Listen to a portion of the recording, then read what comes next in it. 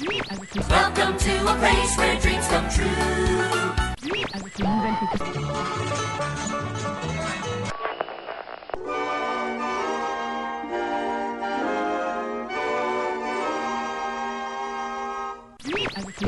The last of the big-time swingers. Swinging Teddy Barra. Swing it, Teddy. We're now developing a master plan that encompasses the theme park and all the facilities around it that will serve the tourists. If you're within the sound of my voice, you're listening to WDW Radio, your information station. Welcome to the WDW Radio Show, your Walt Disney World information station. I'm your host, Lou Mongello. Thank you for tuning in again this week. This is show number 63 for the week of April 20th, 2008. I'm not going to get a chance to cover the Walt Disney World news this week, not just because there wasn't a lot to report on, but because I had to tape this show early as I'm heading down to Walt Disney World to cover Disney's Animal Kingdom's 10th anniversary celebration on Tuesday, April 22nd. I will be back next week with not just coverage of the event, but live audio from the parks and a few surprises.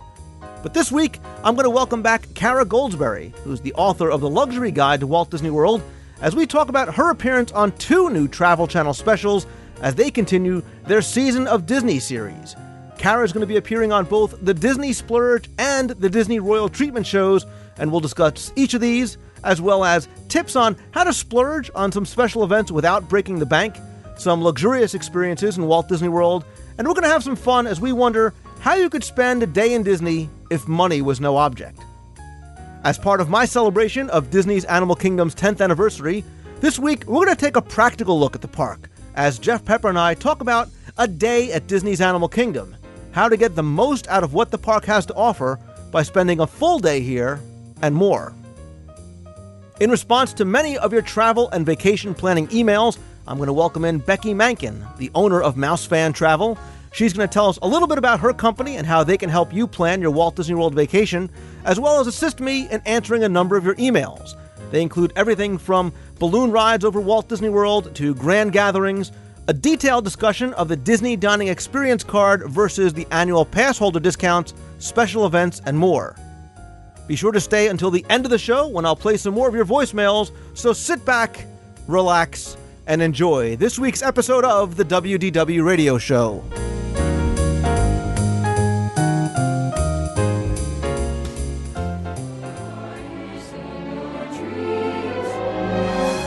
I wish I could go to the ball. I'm wishing someday my prince will come. No request is too extreme. I wish. We all know that there are many ways to save money when going to Walt Disney World, and that you can go on a budget, and that there's a lot of free and nearly free ways to enjoy the parks and resorts and so much that Walt Disney World has to offer. But what about the other end of the spectrum? You know, sometimes we like to dream, and when we do, we want to dream big. And for some of those dreamers, or those that maybe just want to know what Disney can do for those that want to splurge, there's one place to go to find out just how and where to do so, and that's Kara Goldsberry. She's the author of the Luxury Guide to Walt Disney World.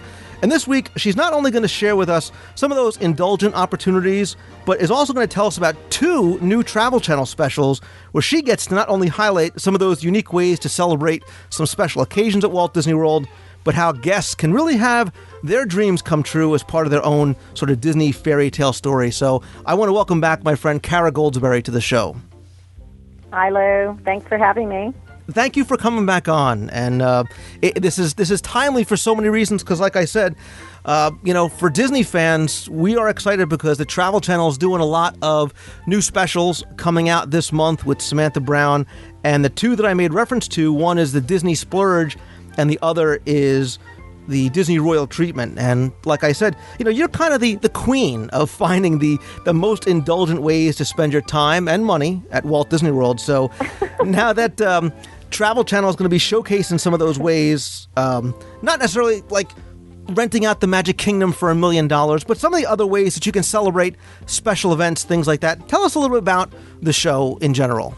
Right. It's for real people. It's not for. Sometimes you hear about these unbelievable splurges, and And that's, for corporations that are just so over the top that you couldn't even consider it. But what's going to be fun about these new specials that are coming out, and one is about Disney Splurge, and that's coming out on the 18th of April. I think that's a Friday at 9 p.m. Eastern Time on the Travel Channel, is they actually took real people, real families, and kind of followed them around while they're experiencing the splurge part of Walt Disney World. For instance, they did a Father's Day. So it was a family with a father, and they did Richard Petty's driving experience, which is, a bit of a splurge. You can, do the $99 ride along, or you can spend $1,259 if you want to, and, do practically all day, doing laps around and learning how to be a stock car driver.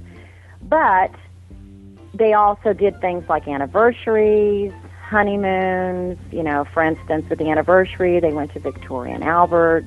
The honeymooners go out on a 52-foot, the Grand One yacht. So those are the type of experiences that they're trying to show what you can do at Walt Disney World to have some splurges, to have some fun, to spend some money, but not outrageous amounts of money. Well, let's talk about maybe some of those things, because I get questions from listeners all the time who ask me, I'm going down for my mom's 29th birthday again. What can we do that's something really special? Or what can we do for my dad? Or we want to give my kids a wedding present, something like that. What are some of the things that you can do, again, without spending exorbitant amounts of money to really sort of plus? A lot of people just think, okay, we're just going to go to Disney and we're going to do the parks and we might do some nice dinners.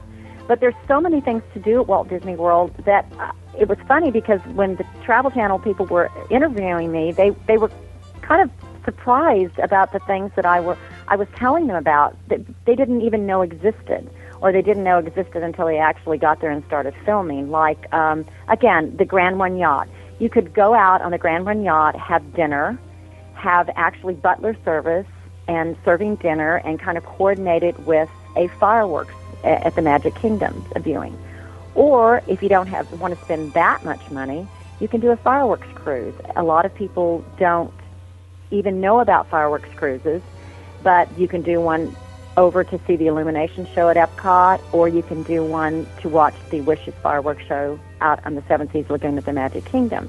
And that's something that's not way over the top. I believe they keep going up, but they're anywhere from around $200 to $250. But that's for a whole boatload, so you could have up to, I think, 8 people. It depends on what kind of boat you get.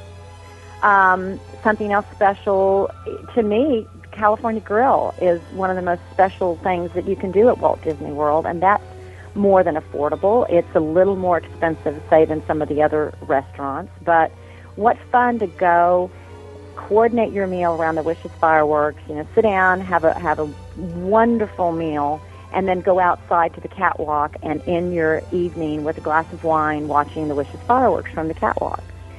So there's all kinds of things you can do to make it so special for yourself without spending a fortune. All right, well, give me an example now. I'm going to play the typical man that maybe wants to propose to his girlfriend or wants to really kind of blow her away with something special. And yes, we've done the fine dining. We're staying at a nice hotel. We've eaten at the California Grill. But give me that one thing that's really just going to blow her away. Well, you could do anything from if you're staying at the Grand Floridian, they have a kind of a special private dining where they can pretty much set up your dinner anywhere. You could have a table set up on the beach, a candlelit table. You could have, Mickey Mouse show up with, the ring. You could do anything like that. That would be very special, I think. Yeah, but I'm hearing the cash register going off in the back of my mind. Well, not really, because it's part of private dining, and yeah, the character's going to add a lot more to it, but that would be super special where you would be alone. That's what you have to think about, is where am I going to be and where am I going to be alone? Again, the Grand One yacht, I can't think of a better place to propose on. And that's running, I think it's gone up to about $400 an hour, but you could go out, have wine, champagne, bubbly, and, coordinate your proposal with the Wishes fireworks. And just so you know, like you said, the Grand One yacht, you can really do it, full-blown dinner for 2 with the captain and the butler. But if you also just want to do the fireworks cruise, It's about, I think it's $325 or $350. But like you said, if you do it maybe with a family, $350 tax plus. Right, you can just do a spin. You don't even have to order wine or whatever on board because it's just another way, like you say, of doing the Wishes fireworks or not. You can do whatever you want. Right. But yeah, if you want to do the full-blown treatment, have the butler show up and serve dinner and champagne and roses and chocolates and whatnot. Right, but like you said, you can take your whole family, or if you have an extended family that has 7 or 8 people, you break it down per person. It's not all that bad. Well, I think that the Grand Marniot holds 18 people now, since now it's a 52-footer. It used to be 13, and now I think it's 18 people. That's a lot of people if you want to break it down. Yeah, and again, it's one of those things. Of course, you'll remember a meal, but that's one of those experiences that's just something very, very special. Well, and you can combine it with a meal too. You could go out, do your spin for an hour, and then come back and do a meal at Citrico's or Victoria and Albert's, or of course, to me, Victoria and Albert's is the highlight of staying at the Grand Floridian or a Disney trip. So that again would be another very special evening. Yeah, and it is. Look, I went to Victoria and Albert's once, and it is truly an indulgence, and I've talked about it briefly on the show. How long ago was it, Lou? A few months ago. You did? Good. I just think the food just gets better and better every time I go there. I think it truly defines what a dining experience is. I think California Grill and Il Molino and so many of these other places, Flying Fish on property, serve exceptional food. But you want to talk about a 4.5 hour experience.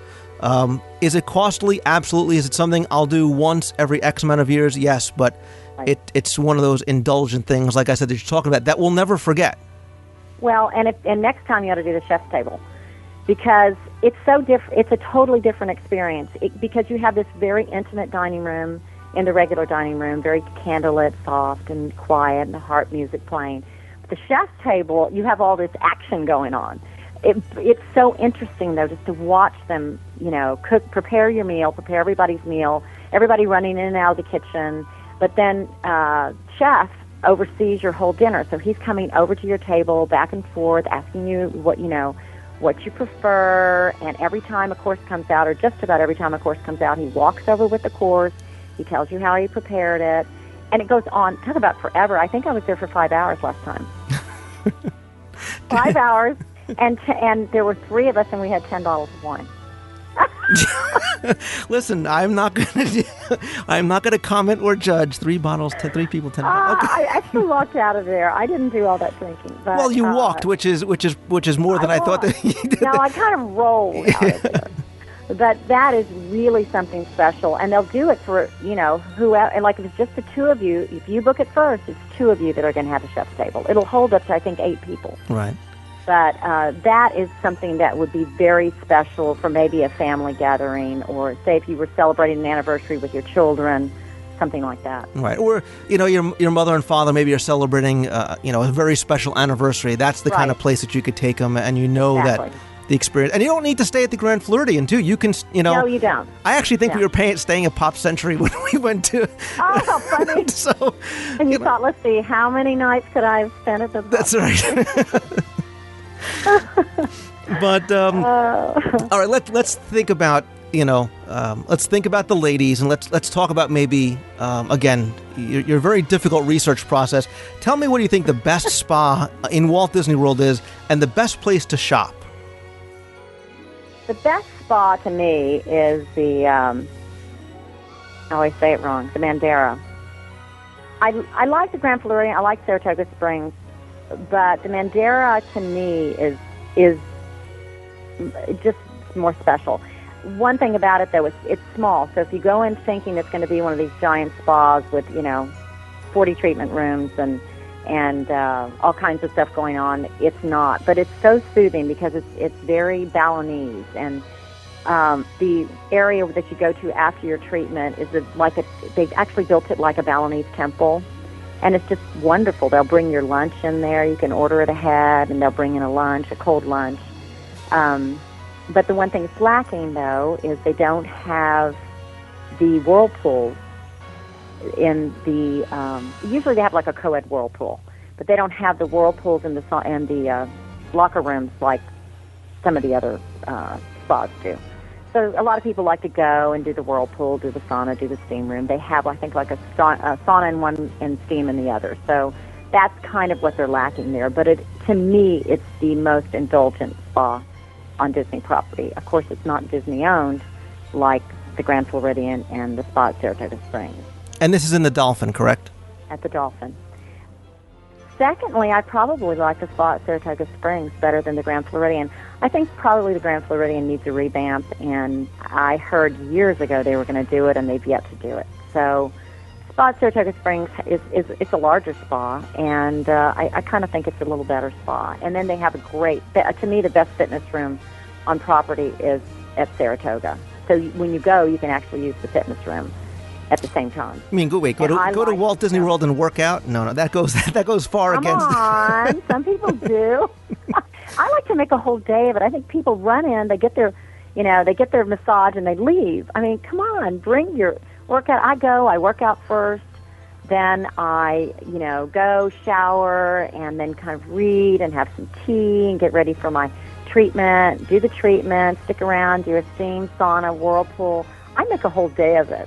And I, not on Disney property, but there's some Orlando spas that actually have their own pool. So I literally am going to get my money's worth and, sit by the pool all day and have a spa lunch, too. Right. And the other thing I really need to be clear about, too, is I don't want people to hear this and say, well, this doesn't interest me because I'll never be able to afford it. That's not necessarily true, because you can go to some place like the Mandara Spa and get a massage. Get a facial. Right. Well, a 30-minute massage is $60. And right. And exactly. You can get any treatment, and you can. I'm sure you can even get like a pedicure or a manicure, and you still get to use the spa. Exactly. Everything in the spa. So yes, you can do anything from, I would say like a $50, $60 treatment would probably be the minimum, up to a full day for $300.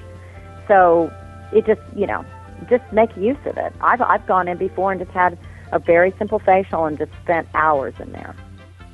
All right, Kara, so you've made the mistake and you've given your wife your Key to the World card with unlimited budget. Where is she going to run to for the best place to shop on property? Oh, that's a difficult question for me.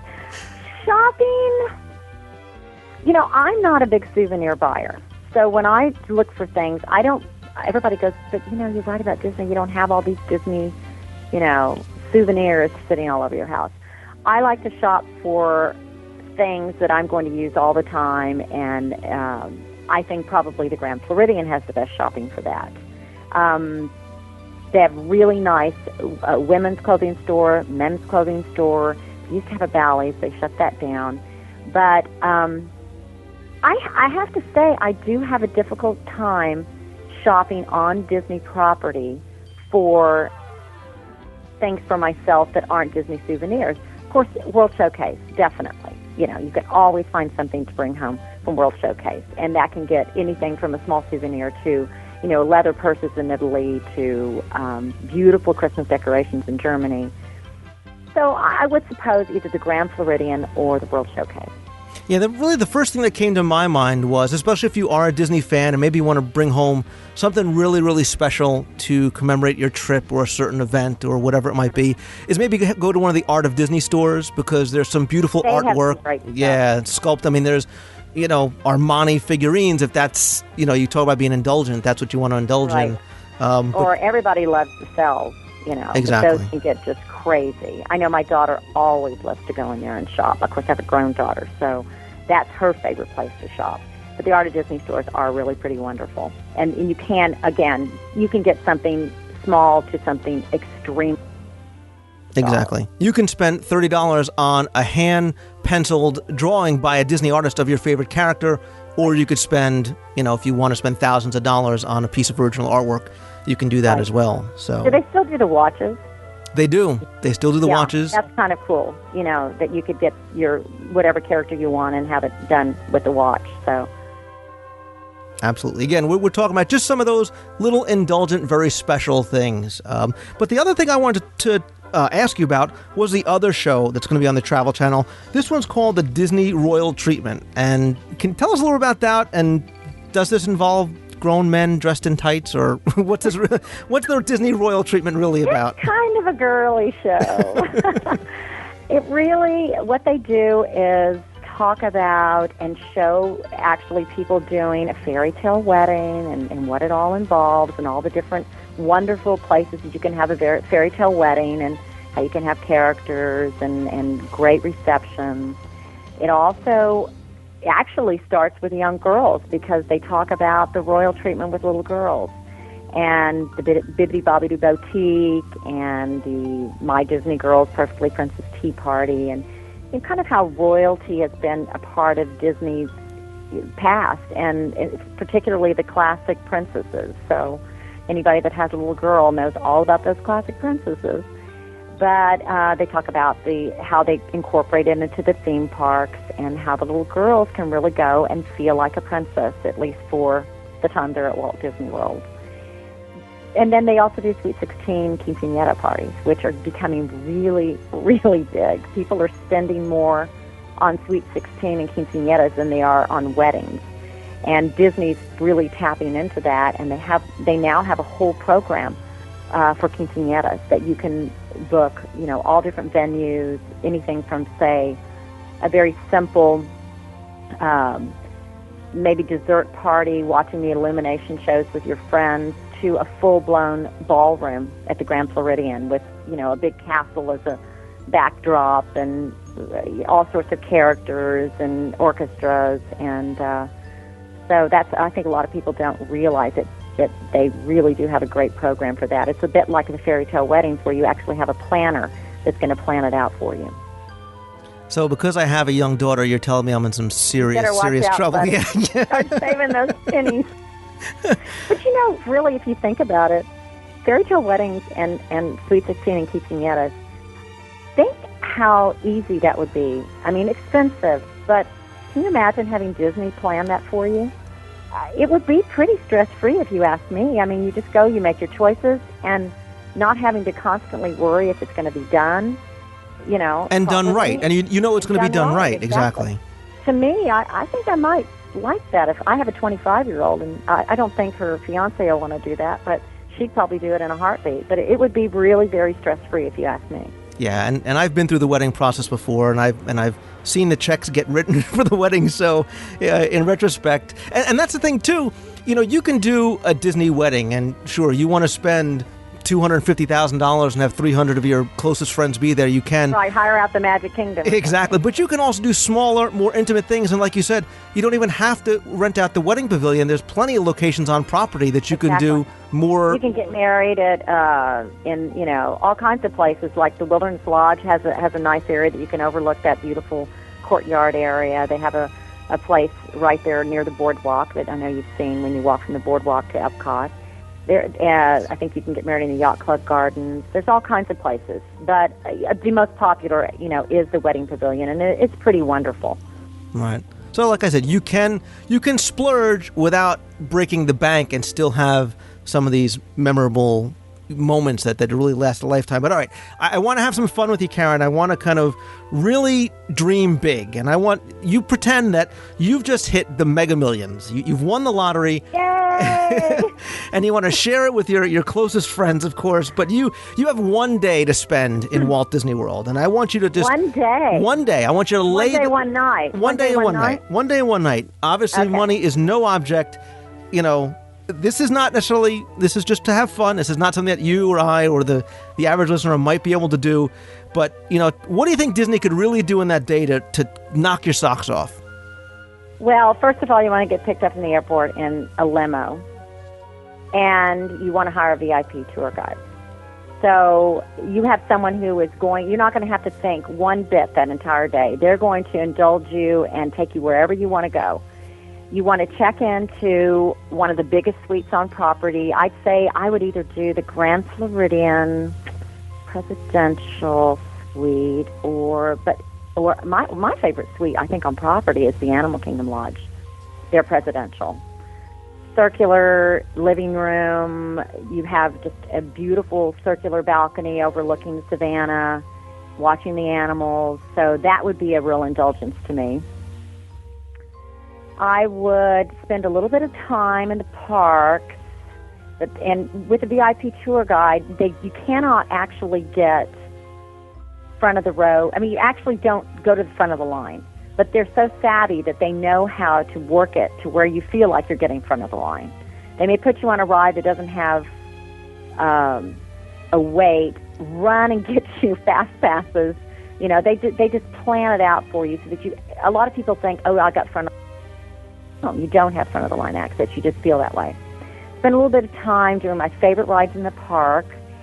Then I would like to do the most expensive spa treatment at the Mandara. And let's see, what would that be? I can't remember. Then I would like to, of course, you're concierge, so you could pick up a little bite at the concierge, maybe have a champagne on your balcony, head down to the Grand One Yacht. Definitely got to do the Grand One Yacht. Do a spin on the Grand One Yacht, and then come back and do the chef's table at Victoria and Albert. And do we have any time left in the day? All I know is that you left your husband in the dust way back when you left for the spas. Oh, my husband loves the spas. Come on, Lou. You need to get with it. Well, maybe he'll go golfing. Maybe he'll do golfing or go to a Richard. Spa. Okay. You can do a couples treatment. Oh, there you go. Okay. Couples treatment. Candlelit room. Both of you, having a massage at the same time. I think at Saratoga Springs, one of you gets a hydrotherapy treatment while the other one gets the massage, and then you have tea in between, and then it flips, and the other person gets a massage, the other gets a hydrotherapy treatment. Very nice. So, wait. The next morning you get up and do a hot air balloon ride. It's not run by Disney, but there is a company that does hot air balloon rides. That would just be one day. Give me a week and I can keep going. Although, actually, sometimes I feel like when I visit Disney, that's kind of how I feel like my week goes. It's like, wow. I did so many great things and all these nice spa treatments and just, indulge myself. Yeah, your research... I honestly hardly ever make it to the park. I was going to say, your research trips are a little bit different than my research. I have to come and research Disney with you. I want to come and hang with you for a week. Follow around. Yeah, it's fun. It's fun. I'm getting ready to go next month and putting it all together and already getting excited. So Good. Well, we should mention, too, that obviously this all came about because you're also the author of The Luxury Guide to Walt Disney World. That's in its second edition. And, the book really talks a lot more than just about some of these indulgent opportunities and luxury accommodations and most expensive wines and caviars. It's really a full-fledged guidebook. Can you tell us a little bit just about, what's in the book? Yes, I cover, kind of the Disney basics that everyone needs, when to go, what to bring, what your transportation is. But I only cover the deluxe resorts. Of course, I do cover more than Walt Disney World. I cover the deluxe resorts around Walt Disney World and Universal Orlando Resort. Speak not of that place. It has some nice resorts. But my focus is Walt Disney World. So I only cover the deluxe resorts, and what I do a little bit different than some of the other guidebooks is I go extensively into the concierge services, what to expect, what kind of food they have, what the lounge is like. I cover suites, so I spend a lot of my time looking at suites when I'm there, which is a lot of fun. So I go into extensively into what to expect in different types of suites at each property. And then I do kind of dining in style. I cover the finer restaurants on Walt Disney World and in the Orlando area. So, I think that everything has its place in Walt Disney World, and I think that Disney's value resorts are fantastic if that's going to be what you can do for a Disney vacation. And I think that their regular restaurants are fun, a lot of fun. But I just really wanted to zero in on the more luxurious restaurants. So therefore, I don't cover, say, I don't know. Pop trying to think of one. Right. Something that I like in World Showcase, I cover what I think are the best ones. I don't really cover like Rose and Crown because I don't think that's the best food on property, even though it's the best illumination view. But, and I don't cover like Kona Cafe because, it's not the finer dining. Right. But the one thing I was surprised... And then I do spas. I do I go into all sorts of fun things to do on Walt Disney property, like the fireworks cruises and my Perfectly Princess tea parties and things like that. And so I just want somebody that is interested in going and having a luxury vacation, kind of have all that at their fingertips and not have to wade through probably the things that aren't really going to interest them or apply to them. I do cover the theme parks, but I only cover the best of. So, I think my book is a really good companion to, another book that's going to go really extensively into the theme park. Well, the thing that I found interesting when I was reading through it was it's not just, about how to light your Cuban cigar on the balcony of your, boardwalk villa resort. It's a little more practical. Yeah, and dip your ashes into your, what's left of your beluga caviar. You actually talk about, for example, the concierge level rooms. You talk about how that actually might make sense dollar-wise if you use it the right way. And if you have a family that's going to take advantage of going there for breakfast and snacking there or having a light lunch there, it might actually make sense on the front end to spend that little bit extra money to get that extra level of service and accommodation. Right, and you really have to wait. I mean, I also do Disney travel, so when people come to me and they want to book a package to Walt Disney World, I really want to know how they envision their time there. And if they're going to be at the parks from morning till night, which a lot of people are, I say absolutely not, don't do concierge. You're wasting your money. They are. If you're not there to, if all you're going to do is grab breakfast, forget it. Grab it at the fast food places, If, to me, I like to go back. I'd like to, shower after the parks and then sit down and have a nice glass of wine and some hors d'oeuvres and, maybe hang out by the pool a day or two so that I'm there for afternoon snacks. I think the concierge lounges are fantastic. So, yeah, you do have to weigh that. And it's not for everyone. It's not for everyone. But it is a nice feeling of kind of being in a small hotel within this larger complex. And a lot of people really like that. They like the personalized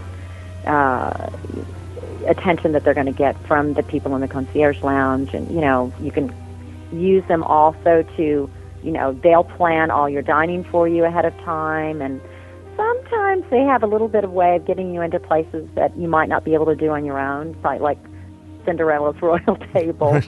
But it's really helpful, because what they do is, like with Cinderella's Royal Table, we all know that you got to get up at, be on the phones at 7 o'clock Eastern Time, exactly 180 days prior, you're not going to get it. What they do is they put you on a wait list, and when you're about, what is the cancellation there? 48 hours, I think. I believe so. Whenever that cancellation is for that deposit, they just go in and start booking people, when those cancellations start coming through. So that's a real plus, too, with concierge. Yeah, I've talked to people and listeners have written in who have done it, and they swear by it. And again, if it fits within the budget, sometimes it really works out well for families. Right, and it is a lot of fun. Of course, I have my favorites in the concierge, but I just think that some of them the food is so much better than some of the other concierges, like Wilderness Lodge and Animal Kingdom. I truly think that their food is so good because they do not have convention services there. Whereas, as much as I love the lounges at the Contemporary, because they are spectacular now, they've redone them, you're going to get more convention-type food. It's kind of like if you go to a cocktail party at a convention with the little puff pastries and the mini quiches. That's more what they have. Where if you go to the Wilderness Lodge, you'll sit down and have pork loin with apples and caramelized onions and, amazing food, to where I have a hard time going to dinner. So again, you might want to weigh that out when you think about, is it worth it? Is this what I really want to do? Absolutely. So, and there's obviously much more information in the book.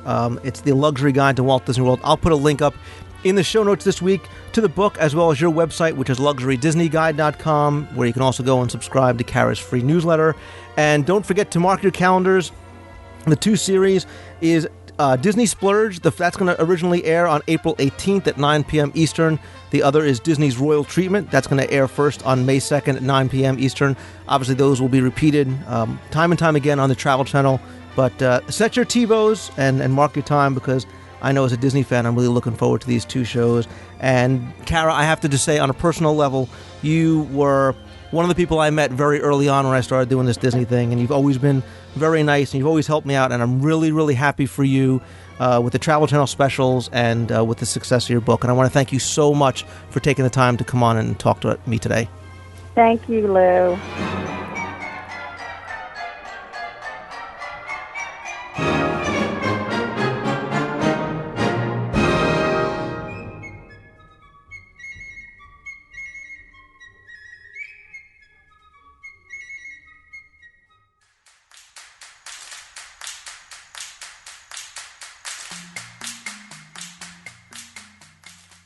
With the 10th anniversary of Disney's Animal Kingdom right around the corner on April 22nd, I've been looking at the park recently on the show in a variety of ways, from highlighting some of the park's conservation efforts to its animal research and care programs with Dr. Ann Savage, to the care and feeding of the animals at the Nutrition Center, and even by highlighting and getting a unique look at the park's signature attraction, the Kilimanjaro Safari. But this week, I want to take a more practical look at the parks and talk about the entire experience, because for many years, and really since its inception, Disney's Animal Kingdom has been referred to by many as a quote-unquote half-day park, a place maybe to visit early in the morning, leave by early afternoon so that you can enjoy some other parks or places in Walt Disney World. And in fact, there are many places online where you can go to get advice and information on how to really best approach that strategy, to run in early, grab a fast pass here, run there, run back here, and be able to get out by noon, 1 o'clock. And for some people, that may be an option for how they'd like to tour the park. But what I want to do is show you another approach. I want to show you and prove to you that Disney's Animal Kingdom is not just a half-day park, but an incredibly immersive experience and a place that should be explored, savored, and enjoyed for a full day. And to help me show you how and why you should enjoy Disney's Animal Kingdom for a full day and more is Jeff Pepper. So, Jeff, Jumbo. Jumbo Lou, pleasure to be here, and I agree with you 100%. Animal Kingdom has literally evolved, pun intended, to be one of my very, very favorite experiences at Walt Disney World, and I think we have to really kind of talk to people about the approach they take to it, because it's a very non-traditional approach that you take to Animal Kingdom as opposed to other Disney theme parks. Absolutely. And we've hinted to this many times on the show before when we did an hour-long discussion on Dino Land, which surprised a lot of people. But, I also want to qualify this and say, look, there really is no right or wrong way to approach touring any of the parks, obviously Disney's Animal Kingdom included. You have to do what's going to work best for you and your family and time constraints, whatever. So however you choose to tour is perfectly fine. But, for so long, it's frustrated those of us that love Disney's Animal Kingdom because it's had this reputation as the redheaded stepchild, as being the half-day park with little to do and even less to see. And I think, and Jeff, obviously you agree, that it's the exact opposite. Yeah, because it's not an attraction-centric park so much. It is very much, you can't tour it the same way you would tour the Magic Kingdom or Epcot or even MGM Studios, Disney's Hollywood Studios. I apologize for that faux pas. But it's very much, it has to be approached differently because it's a very different experience, and it really runs counter to a lot of the established kind of strategies that have been set up all these years, where you run in the morning, go to your specific attractions to get them out of the way. Animal Kingdom isn't about line management or queue management. It's really, like you said, it's about exploring. I mean, there is a degree of queue strategy or, trying to minimize your waits on some of the highlight attractions like Everest or the safaris.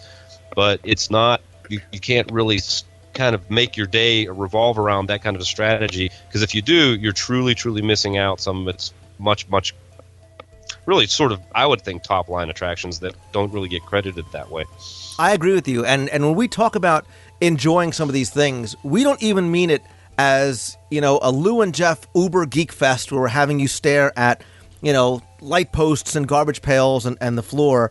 There really is a lot. And we're going to kind of take this through park by park because, like I hinted to in the intro, you really could actually take enough time and spend not just one day, but 2 days in the parks. And as soon as you stop laughing, I will explain to you at the end of the segment how I think it can and possibly for some people should be done, especially when the park is only open till 5 o'clock. But I think the first hint that I would give anybody whether you are an Animal Kingdom veteran or not, is that you should definitely get a map when you get in and study it. Not just to get a sense of where everything is above and beyond just the e-ticket attractions, because you want to make sure you don't miss anything. And some things like Pangani and even stuff in the Oasis can easily be missed. And because the park is so very lush and so very winding pathways, it's very easy to sometimes get a little bit misdirected if you only have a certain destination in mind.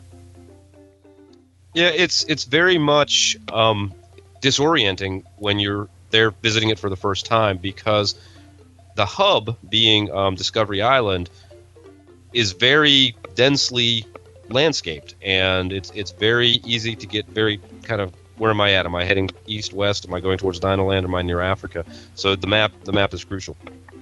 Absolutely. And even before, I mean, you almost inadvertently illustrated a point, because the first thing you talked about was Discovery Island, but the Oasis, which is the area that you enter as soon as you get through the turnstiles, is a place that you can and should take a little bit of time going through, because you have to sort of get through this. This is almost like the Main Street USA of Disney's Animal Kingdom, and there are lots of animals to explore here. You can also get a lot of hands-on experiences, especially early in the morning, with cast members who bring some of the smaller animals and insects and whatnot out to play around with. But there's fish and turtles and wallabies and anteaters. There's a lot of different types of birds that you can, again, take your time and sort of, I have to keep using the word, enjoy and explore, because that's what this land was meant to do. And yeah, and that's an interesting point you bring up, Lou, is because, again, if you're sort of following the tried and true formula for theme park exploration or strategies, your inclination is at the beginning of the day, you're zipping right through the Oasis. You're going through at 90 miles an hour because you're trying to get to Everest, or you're trying to get your fast passes for the safari. And then the problem is then later on in the day, when you're kind of had a full day or you're ready to leave, you're so tired that you're sort of heading for the exit, and you're sort of zipping right through the Oasis again, because you just want to get out and get going. And so you're kind of doing it an injustice at either end of the day that way. So you really need to stop and kind of look around. And as you said, the cast members are there frequently in the morning, and they've got some great stuff. The kids always like to stop and look at what they've got to show them. Yeah, and for me, it really sets the tone of the entire experience of the day that you're going to have. I was talking about the landscape in a previous show about how Disney's Animal Kingdom, to me, envelops you and embraces you, and it's in the Oasis that you get that feeling. And the analogy to Main Street USA is more prevalent that you might actually pick up in a number of ways. So, for example, the same way Main Street USA has shops on either side you're supposed to stop and browse through, the areas where the animals are, and they're not really pens, they're environments that you normally find these animals in, are meant to sort of occupy your time the same way. Stop and browse through on your way in or on your way out. And if you really look as you exit Africa and Discovery Island and go through the Oasis, you'll look and see on either side there's sort of the alleyways or exit ways outside the park. If you look very carefully, the rockwork creates those two archways, which are very similar to the archways that you would exit out of as you go through Main Street USA towards the monorail or the ferries. And the other thing here, too, is the animals are very, very accessible. I think people do not realize just how very visible they are and how very close to them you are. One of the best examples, and one of the things I enjoy, are the macaws that I believe are in one of the central areas that typically are on perches. You're very close to them, and that's one of the real kind of magics of Animal Kingdom overall, is you get pretty up close and personal with the animals, despite it being a situation where you necessarily aren't supposed to or can't. And it's been imagineered in such a brilliant way to give you that sense that you're very, very close, even though they've got some sort of invisible parameters there to protect you and the animals. Exactly. And it really, like I said, I think it sets the stage for what's to come. And it might just be a subconscious thing that you don't realize, but when you walk through and you have that big reveal of the Tree of Life on Discovery Island, you really get the sense that you've been transported, much as you are when you walk through the archways in Main Street USA, to a different time and a different place. And Discovery Island is the hub of Disney's Animal Kingdom, not just metaphorically as the areas that radiate from it, but it's the hub because that's where the Tree of Life exists, and that's where a lot of the shops and some of the restaurants exist. So it really is sort of the central hub of this giant park.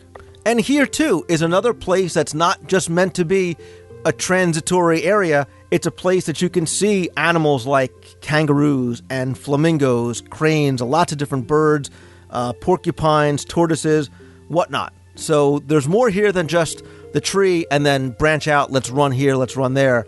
Another place you should take the time and enjoy. And obviously there's the Tree of Life, which is an attraction in and of itself, notwithstanding the attraction that occupies the space underneath and inside of it. Yeah, the Tree of Life, the animal sculptures built into the Tree of Life is a visual wonder, and it's a key thing because you have to experience it from different vantage points throughout the park. You know, you've got so many different ways to see it. It's not just a matter of standing in front of Cinderella Castle and there's the castle. You know, you have to explore. Once again, I guess, Lou, the theme of our thing here is going to be explore or exploration. I really see that coming to where we're really focusing, because the Tree of Life is a perfect example, whereas you've got to go almost on the backside of it near the walkway between Africa and Asia to see those vantage points. You have to go through the queue to It's Tough to Be a Bug to see the details in that aspect of it. So it's just something that you can take in from so many different places and so many different vantage points. Yeah, and we've talked about this, before, both on and offline, about the 325 animals that are carved in there. And we had said, there really is no list. And I actually get this question a lot. Is there a list of the animals? And now that we're talking about it, maybe that's done purposely so that you can take the time and walk around and try and not just identify ones that are on the list, but identify them for yourself and see if you can figure it out and almost make a game out of figuring out what these animals are. And it becomes something fun to do as well. And you can also see, you really have to go through the queue of It's Tough to Be a Bug in order to see some more of the ones that are really sort of in the roots of the tree. And there are another very important point about Discovery Island is sort of similar to the Oasis, but almost a little bit more indiscreet. Is the fact that there are kind of what they call hidden trails or secret trails. They're not really so much hidden or secret; they're there, but they're just people just don't take advantage of them, and they meander through different habitats, different settings. There's just so much there that is just very, very overlooked, and you just got to keep a sharp eye out. And again, this is something that I think is fun for both adults and for kids, being able to stop and see these different habitats and explore these trails that, you're right, for the most part are somewhat hidden, and you can't even really see them on the map very well. They want you to kind of wind your way through and find them for yourselves, and you're going to be surprised at some of the things that you see. But again, we talk about the Tree of Life not just being the icon. We're talking about touring the park. It's Tough to Be a Bug is one of the signature attractions. It's a 3D/4D film that has characters, obviously, from A Bug's Life. I love it. I think it is one of the better 3D films, and we won't get into the characters in the park thing, but I think it just works in here perfectly, from going through the queue to the queue itself inside with all of the movie posters themed to bugs, the message that it sends. Sometimes it could be a little scary and hairy for kids because of some of the 4D effects, but I really, really like it, and it's definitely a must-do on anybody's touring list. Yeah, I agree, and it really, again, like you said, there is a bit of a scare factor for preschoolers and such, so you got to kind of take that into consideration. But it has one of the best, most sophisticated audio animatronics in Hopper. His animatronic is a real treat, and once again, kind of that 4D aspect of the movie, more so than so much of any of the other 3D movies, is the animatronic interaction here. Yeah, and we can really do a whole segment, and at some point we probably will, about the attraction itself, because there's a lot to uncover there, and there are a lot of details. So we always talk about stopping and looking up and looking down. Well, the queue before you get into the Repertory Theater is a great place to do that. But let's move on to the next. Obviously, we're highlighting the fact that you can spend time in two lands that don't really, on the map anyway, have a lot to see. And the other thing we should mention about Discovery Island, maybe, Jeff, before we go through, is the number of shops that are there as well. and how much time you can spend exploring and enjoying the shops. Even if you're just browsing, there's so many cool details, and there's so many great things that the Imagineers have done to theme these shops so well. Yeah, the shops are amazing. We'll throw a plug out to Jessica, our good friend over at If You Can Dream It blog. She's done a great job of documenting and taking pictures of the interiors of these shops, and just each shop in and of itself has a theme to its decor, and they're very distinct from the others. And I mean, there's so much there. I'm hard pressed to even bring back the details, but I know one shop is kind of, I remember there's like beavers and kind of almost this sort of northwestern type of feel to it, but in very bright pastel colors. There's another shop that has a lot of, I think, butterfly type theme to it. An interesting thing is my son had to use the first aid station, and that was identified by the only place in the park that has a butterfly motif to it on the exterior. So there's just it's a very, all the shops are very tied together by the design, this sort of the central design theme being very, very whimsical, and like I said, sort of bright pastel colors. But then each individual shop, again, as I said, is themed to a specific kind of animal or nature theme. And even places like Flame Tree Barbecue, which is arguably one of my favorite places to eat counter service wise in the park, has that same kind of theming. Look at the chairs and look at some of the pillars. The theme here is predators and prey. So each chair has predators and there's prey on each of the tables. Places like Beastly Bazaar has water creatures and crabs and fish. Creature Comforts has all animals that are spotted and striped. And this is where you can pick it up by noticing the ladybug lamps that are outside. But if you take your time and go through Island Mercantile and Disney Outfitters and even Pete Safari, they all, and even some of the little kiosks like the Safari Coffee has little hyperactive animals like kangaroo rats and things like that. So that theming carries through everywhere. And again, Jeff, we could really do a DSI on the shops and restaurants of Discovery Island alone. And then extending those design dynamics, they just extend those type of props and set pieces out into the vegetation. One of the things that's very interesting is, if you happen to just sit down on a bench on Discovery Island for a few minutes, look around, look behind you, look in the vegetation. Chances are you're going to see some type of sculpture or some type of set piece or some type of just this mini vignette of an artistic depiction of nature. It's just amazing, and they're just all over the place. It's kind of, I was at the top of the show, I was going to kind of jump in at some point and say, but Animal Kingdom is more densely themed, I think, than any other theme park Disney has done. And I mean, and that's just, set pieces or kind of just visual candy per square inch, I guess is the best way to describe it. You can't turn around without seeing something like that. And again, we're not, we could spend hours, as we all often do, on details, but that's what this place is all about, because it's just all over the place. Absolutely. But in hopes of not spending hours on this segment, we're going to move along. And I'm actually going to go in a clockwise fashion, and I'm going to go to Camp Mickey Mickey. And it's good that we're highlighting this next, because this is one of those lands that I think people might look at on a map and say, well, there's not really much here. Why am I going to kind of make this trek down this pathway to see Camp Minnie Mickey? I wholeheartedly disagree, especially if you have young kids. This is the place to take them. Obviously, Festival of the Lion King is, without a doubt, one of the top two shows in all of Walt Disney World. I think it's near Broadway quality. It's a high-energy show, something that kids will be able to interact with, depending on where you're sitting. The whole audience gets to interact. I think the music is wonderful. I can't say enough good things about it. But if you have younger kids, or if you're into characters, there's Pocahontas and her forest friends, which is definitely geared towards the younger set, but there are live animals and there's music, and it's a nice little show. It's a nice little short show. But there's also, this is the place to go if you want to meet characters, and whether you're an adult that likes to collect character autographs, or you have kids that do, you have 4 character greeting trails where you can meet Mickey, Minnie, Goofy, as well as some other characters through there, obviously themed to the whole Animal Kingdom environment.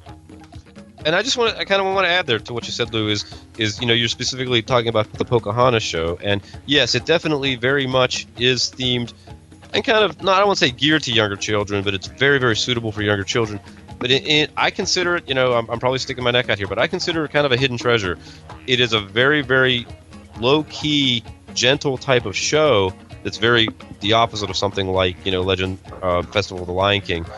But it is just very amazing because the animals interact in such a way that's very natural. It's kind of, her forest friends.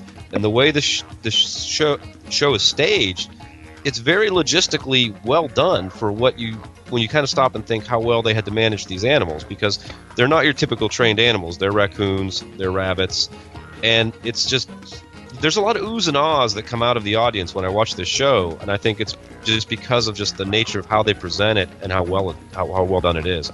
True, and as we're talking about, making a full day out of the park, and like I said, we're going to talk about, a way to sort of tour to still get the most time for your day, for your money. Festival of the Lion King is one of these shows that you're not just going to walk right up into 5 minutes before it starts. You really need to start queuing up for this show, probably a good half hour to 45 minutes or even longer, depending on the time of year you go, because it's that busy. Even though the theater holds around 1,400 or so people, the show lasts 30 minutes, so you're looking at, there's a good probably hour and a half that you're going to take just on Festival of the Lion King.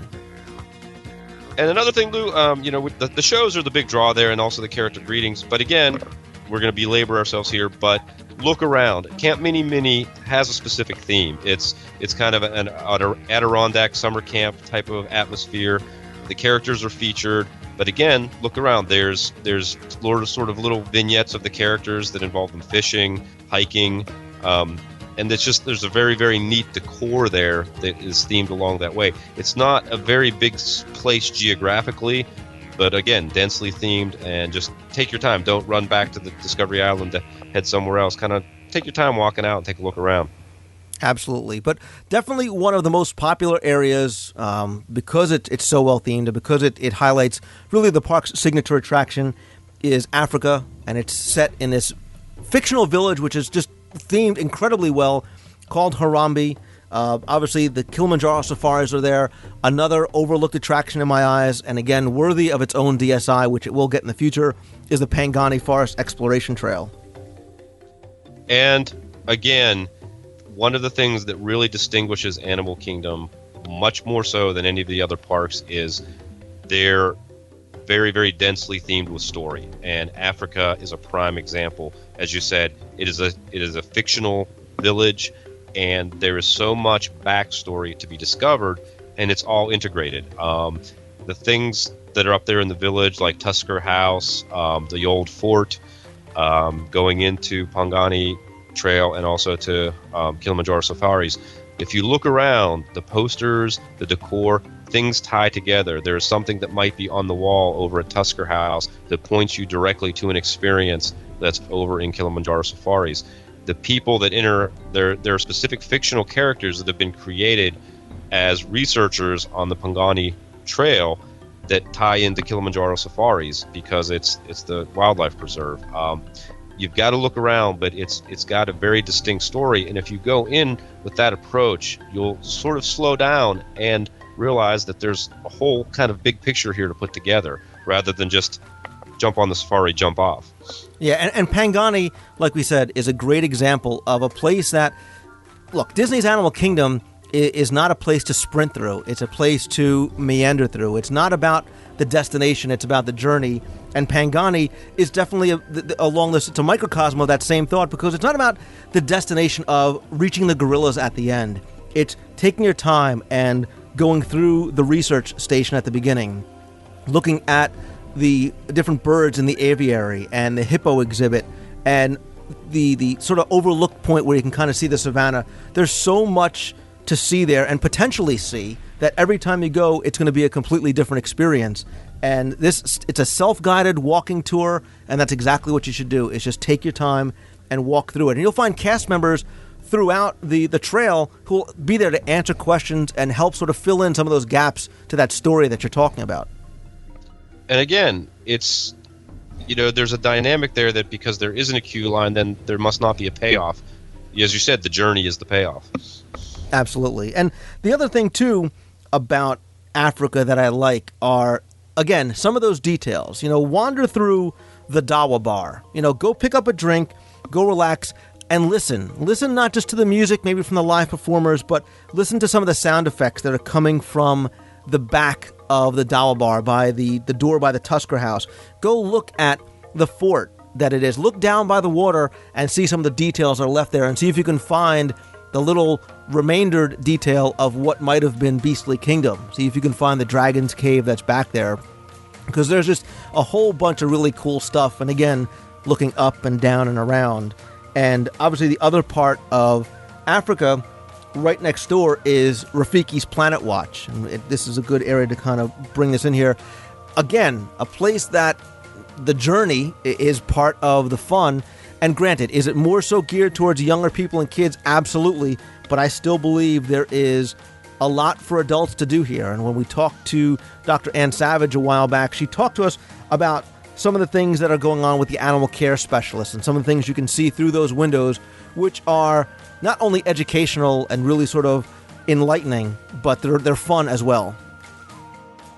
And I think, sadly, a lot of people don't make that journey because you have to do it by train. It is not accessible any other way. You can't get there by walking or anything else. And I think a lot of people get put off by sort of, again, having this train ride with not necessarily this e-ticket at the end of it. And that's not the way to approach it. There's so much to do there. Like you said, a lot of it is geared to kids, but it's very interactive. And there's just always something very, very cool going on behind the glass where they're doing the actual, you can see surgeries going on, all kinds of things.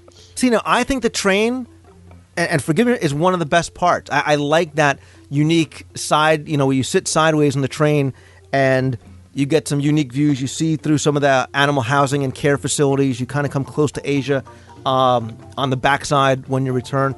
I like the Wildlife Express train. I think it's a very neat, quaint little thing. But there's so much to do for kids, especially inside Rafiki's Planet Watch. There's Conservation Station, again, where you can learn a lot more about the conservation work that goes on, which, as we've highlighted, is so important. There's the affection section. People might not realize there's actually a little petting, I hate to use the word zoo, but a little petting area back there with goats and sheep and things like that. There's the habitat habit. And plenty of hand disinfection. Yeah, absolutely. But, much along the same lines as, and I just use this as a distant example, a place like the Pooh's Playful Spot, a place that you can let your kids go and roam around and have some fun, expend some of that energy, but learn something and interact with animals in a way that they can't in many other places. That's what I really like too. And I want to mention here too, as we're talking about kids, Jeff, there is so much for kids to do. A lot of people don't realize, and this is why I had to pick up your map too at the beginning, there are kids' discovery clubs throughout the park, analogous to the KidCot fun stops that you'll find in Epcot, Future World, and World Showcase. This discovery clubs, again, gives these kids something to do and interact with as they make their way through the park, and they're for young kids, on the way up to the teens. And they're great. As my kids have grown up with Animal Kingdom, because both were very young when it opened, I've seen the interaction. The cast members are wonderful, and they're great at, again, so many of these places, they'll be set up as you're exiting an attraction. I know there's one particular spot that's back close to Tough to Be a Bug, but the cast members kind of reel the kids in. As they're going past, it's kind of interesting to see them catch their attention, and then the next thing you know, 10 or 15 minutes have passed as they've done this kind of activity or, involve them in actual, creatures. Yeah, and from a practical perspective, because we're talking about, exploring and touring the parks. From a practical perspective, it's no big secret at this point that the best time to ride an attraction like the Kilimanjaro Safari is first thing in the morning, not only because, there'll be no wait if you get there very early, but number two, because it's normally cooler, this is probably the best opportunity that you'll have to see some of the animals like the lions and the cheetahs, who, for the most part, like most cats, lay around all day, out and about on the savannah.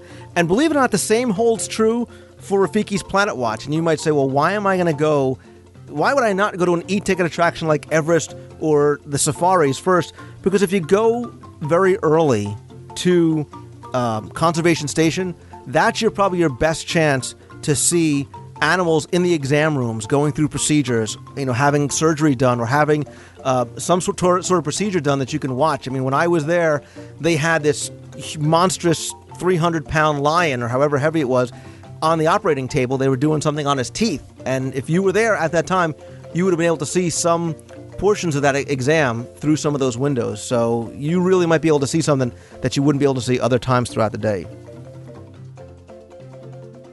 But let's move on. Speaking of Everest, let's move next door to Asia. And before we talk about Everest, which again to me is undoubtedly one of the best attractions in all of Walt Disney World, again, a lot more here to see, Jeff, than just the Yeti. And it's very important, since we are moving clockwise, it's very important to take the trail that exists between Africa and Asia that's on the, I guess, north side of Discovery Island there. It's a fairly well-traveled walkway, but it's not crazy, and if you get it in kind of a quiet time, it's very beautiful. And one of the places where Divine hangs out a lot, and if frequent visitors to Animal Kingdom will know what we're talking about, who Divine is. And it also kind of leads you up to where the stage is for the Flights of Wonder show. And that's exactly where I was going next, because I think Flights of Wonder is a true hidden treasure. I think a lot of people blow this attraction off, but it's a great show for adults and kids. It's got a story to it. There's lots of different birds that you can see that literally fly right over your head. There's Guano Joe there. I went with my kids. I was very much entertained. I really, really liked what I saw there. I agree. It's kind of what I was talking about with Pocahontas. The same kind of thing. Very small, very intimate setting, but very, very entertaining, and just very, once again, lots of oohs and ahs. I mean, it's amazing that you have people over there screaming on Everest, or making their mad dashes for the tickets, and here's something that's very intimate that you see has a visible reaction on the audience. It's very tangible how much they're enjoying it. Right, and again, I'm going to mention the time of the show, which is about 25 to 30 minutes, because again, we're showing you that there's a lot of time that you can take doing these things, not just let me hurry through, hit Everest, hit the safari, hit Dinosaur, and let me get out. This is one of those things that's absolutely worth the half hour for the show. Again, Jeff, there's the Maharaja Jungle Trek. There's another one of these walking tours that I really like, because when you talk about story that's visible, that you can see in some of the relics and some of the details and the props, but the story that the cast members can tell you, again, definitely worthy of a DSI will do in the future. But this really gives you the sense of being in this royal forest and this kingdom of Anandapur and being immersed in Southeast Asia somewhere. And again, it's a masterpiece of Imagineering. And when you take into consideration that they're creating this a setting, an Imagineering type of setting, combine it with an animal habitat. I mean, I think to me that's the real genius of Animal Kingdom is, you took something that wasn't atypical, a product of Imagineering, and they had to really engineer this to be, habitats. It had to work on so many different levels, and it's a masterpiece. I mean, it's a visual masterpiece. Maharaja Jungle Trek is just so visually stunning to me on so many levels. And again, telling the story about it. And it was funny is I spoke to somebody once and, was talking about it, and they were saying, oh, you're just walking through and looking at the tigers. And I said, no, you're actually, you're in Southeast Asia, and you're walking through the relics of an old royal hunting retreat. And they went, huh? Right. And it's like, that's the thing, it's all there. I mean, and it's not even we talk about hidden details. These details aren't hidden. I mean, all you got to do is stop and read the signs. There's plenty of visual narration for you to kind of follow in doing this. And that's why, to me, when you kind of walk through and realize then what you're walking through, it just makes it incredible. Because why is it a hunting lodge? Well, because there's all the tigers hanging out. Right. So it's very, very cool. And there's also a section, too, near the end, where there's these giant stone tablets on the right-hand side. Now, as I was walking through with some friends, Jessica from If We Can Dream It included, we were looking at them and wondering what it was, and we sat there, and I was able to figure out what the story was. And I won't spoil it here, but there's a story that these tablets tell, and it was so much fun talking it out and trying to figure it out, exactly what the deliberate intent of the Imagineers was to put that there. So, but obviously, there's also Kali River Rapids and Expedition Everest. And Kali River Rapids is, again, filled with great story, a wonderful, wonderful queue. As far as touring wise, for me, Jeff, I mean, you're going to get soaked. I mean, it's somewhat Russian roulette because there's a chance you might walk out dry, but chances are, if I'm a gambling man, and I am, you are going to get wet on this ride. So I would either go at the end of the day, or if it's a really, really hot day and you don't mind being drenched for a little while and kind of maybe cooling off, going after you've hit a couple of attractions, maybe afternoon, after lunchtime somewhere. Otherwise, go at the end of the day so you can leave, go back to your room, change your clothes, and go back out at night. And again, here when we kind of refer to it in Africa as the story of all these different attractions extending beyond just their queue areas and beyond their attraction space into the general area, that is what is also happening in the Asia area. All of these things extend. There are specific set pieces or props that are down close to Everest that actually refer to events that kind of take place within Kali River Rapids. And so, again, one day we'll do our DSI here and give you all the details, but it's all very thematically very precise and very orchestrated, and it's telling a big picture story. It's kind of walking into a very big movie set piece where everything kind of integrates together. Yeah, it's a very richly themed land, and Expedition Everest, I think, undoubtedly has one of, if not the best queue. I tell people all the time, for touring purposes, yes, you want to try and get on, but if you get to go through the standby line, take advantage of it, because it tells a very specific story that we will cover in detail, because that's going to be probably an entire show in and of itself, because you want to talk about detail and story and real artifacts and relics that they brought in to do that. It's amazing, and there is no bad time to ride Everest. It's definitely an attraction that I would try and ride and get a fast pass for, because you're going to want to ride it more than once. And if Animal Kingdom has evening extra magic hours, bar none, Expedition Everest at night is the best attraction in Walt Disney World. And kind of just to throw in too, just when we're talking about the theming of Asia, just to throw it out, and again, someday we'll do a much more extended DSI, realize the importance of bicycles in this environment. That's all I'm going to say. Not actually riding the bicycles, but looking out for the bicycles. And again, it's just a testament to the extent to which Imagineering goes to create such an authentic experience. And just so people don't think that you're walking around looking at bicycle tracks all the time, you actually do ride these attractions too and enjoy them for the most part. Of course. But yeah, it's something that's important, but in a very subtle way. Very true. Very true. And again, when we're talking about taking the time, this is one of the things that you should, as you're walking towards the queue of Everest, look at that somewhat obscure building to the left-hand side. Look at some of the props, look at some of the posters, look at some of the things enclosed in the cases, because they're really neat, and they really do sort of add to that immersive experience. But let's move over to Dinoland, because obviously, as always, we are running long. We did a full DSI on Dinoland some time ago where we really talked about why this is a land that you should take the time and go through. But there is a lot more to see here other than just, Chester and Hester's Dino-Rama and Primeval Whirl and Triceratops Spin. Obviously, the 800-pound gorilla there is Finding Nemo the musical. I admit that I poo-pooed it when I first heard it about a musical of a non-musical film, but they hit this one out of the park. I think it is the far and away the best show on property. You're going to have to devote a considerable amount of time to queuing up for this and enjoying the show, because it is somewhat of a long show, but worth every second. And I can't say enough good things about Finding Nemo.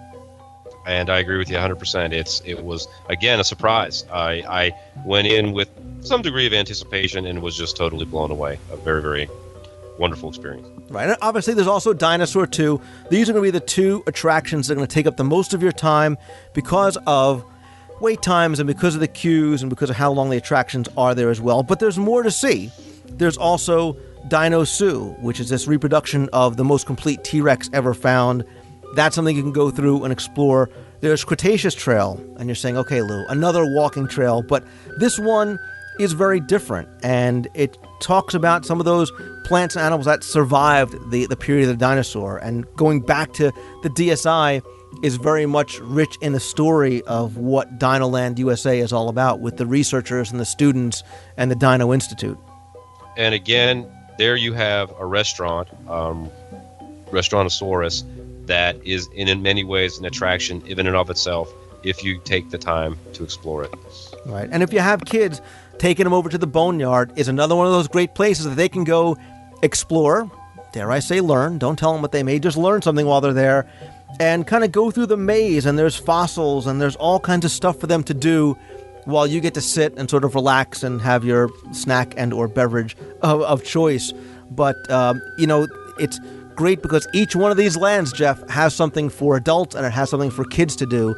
And the kids' events are not just static things where they have to sit and watch. They get to interact with and play with, and, for kids that are hyped up on their sugar, a chance to expend some of that energy. And it's a natural. Kids love it. Absolutely. Absolutely. Kids, sometimes I see parents pulling their kids out, kicking and screaming. So, and they do have, look, not to go back to Dinorama, but Dinorama is, people call it tacky, people call it, whatnot. That's the way it's meant to be. That's what it's meant to do. And I think it's a fun little place that you can spend some time playing some of the games and doing some of those things, not, rushing to get on Primeval World, getting the kids on Triceratops Spin, and then getting online for Nemo. You can have some fun there playing the games and walking through the shops. And then, actually, this is a great place, I think, to talk about some of the outdoor performers. It's something that I saved to the end, but you're going to find in all the lands of Disney's Animal Kingdom, and you should definitely stop and enjoy. Divine is by far one of my favorites. She appears hourly from about 10 to 1 or 10 to 2 on the walkway between Africa and Asia. You will have to really look for her until she comes out. I won't spoil it for you if you've never seen her before, but she is beautiful and breathtaking. There is the Harambe School, obviously, in Africa. There's the Acrobats. In Dinoland, there's Smear, Splat, and Dip, who are very cool. Again, they come out like the Jammers. You don't expect them to start singing and dancing and doing stuff, but that's a great interactive show that lasts probably a good 20 to 25 minutes. There's West Palm, who's the walking and talking palm tree by the Oasis. And what's the other one? Oh, the Village Beatniks. I was about to ask you, there was a percussion group that we actually just watched this last time, and I could not remember the names. That's who they are, yeah. Yeah, and they're great. And again, all of these, for the most part, are very interactive, especially over by Harambe when you're starting to walk towards, by the Musiki stand, your kids can go and play the drums. And if you're over by the Dawa Bar when the band comes out, they're going to get you up, dancing and hitting some percussion instruments. So it's really, really a lot of fun. And you should take your time and enjoy them and interact with them. So, but of course, Jeff, this segment is going much, much longer than I expected. So I said at the beginning, you can really spend not just a day in the park. And hopefully we've illustrated that not just by virtue of how long some of the attractions take and taking your time, that you can spend easily a full day in the park, especially if the park is only open from 9 to 5. But I'm going to tell you that you really can spend 2 days in the parks, and kind of follow along with me as I was writing this out, what I was thinking of how you would do it. If the park opens at 9 o'clock, the first thing I would do is go over and I would fast pass Expedition Everest. And if you're lucky and you want to get on real quick, you could do that as well, but now you have a fast pass for later on in the day. I would go do Pangani Trail first, which is right there. I would head on over and do the safari. So now you're looking, it's probably maybe 10 o'clock or so by the time you get on. Maharaja Jungle Trek. So now you've got the two of the walking tours and the safari. I'd go back and use my fast pass for Everest, because now you're probably looking at 11:30, 12 o'clock or so. I would eat. Yak and Yeti would be my choice. I would go across the park and do Legends of the Lion King. I would go back and I would fast pass Cali River Rapids and then watch the parade. Now you're looking at like 3 o'clock or so. Do Cali River Rapids at the end of the day as my last ride of the afternoon. So far, so good? Yeah, in fact, the only thing I would throw in is probably 90% of the time you won't even need to fast pass Cali River. Right. I mean, I got it just based on, depending on what time of year it is, you could get it if you need it. If not, like you said, it could be a walk-on, depending on when you go. But the discussions of going on and off season, we're going to save for another for another segment. So on day 2, you still have, now you've done, just very quickly, you've done 2 of the major headliner attractions in one day. You've done Everest and you've done the Kilimanjaro Safari. You've also done Legend of the Lion King. but there's still more that you have to go see, because day 2, the first thing I would do would be Dinosaur. I would go back and explore the Oasis and Discovery Island a little bit, take a look at some of the different animals, browse through some of the shops, maybe have a snack over by the Dawa Bar or the Tusker House walk-up in Harambe. See if you can see some of the performers, because now most of the performers start around 10 o'clock, so you're in time to start seeing some of those. You can do Tough to Be a Bug. Obviously now, time to eat again. Flame Tree Barbecue. Yeah, exactly. Go and do Flights of Wonder. Now you've got Nemo in the afternoon, and you can go to Dino Land, play some of those games, do Primeval World, do Triceratops Spin, some of the things like that. Take the train over to Conservation Station, and then at the end of the night, you have your I was going to say your last meal, but your dinner over at the Yak and Yeti. So easily 2 days. People are rolling their eyes. I know. But look, if you want to do it in a half day and only highlight the headliner attractions or certain things you want to see, absolutely you can do it. And if you are on a very limited schedule, by all means, go ahead and do it. But if you have the time, and if Animal Kingdom is potentially one of your favorite parks or a place that you really want to enjoy, I think as the Imagineers had hoped, then there is a way to do it. And we keep talking about the experience and, most importantly, exploring it.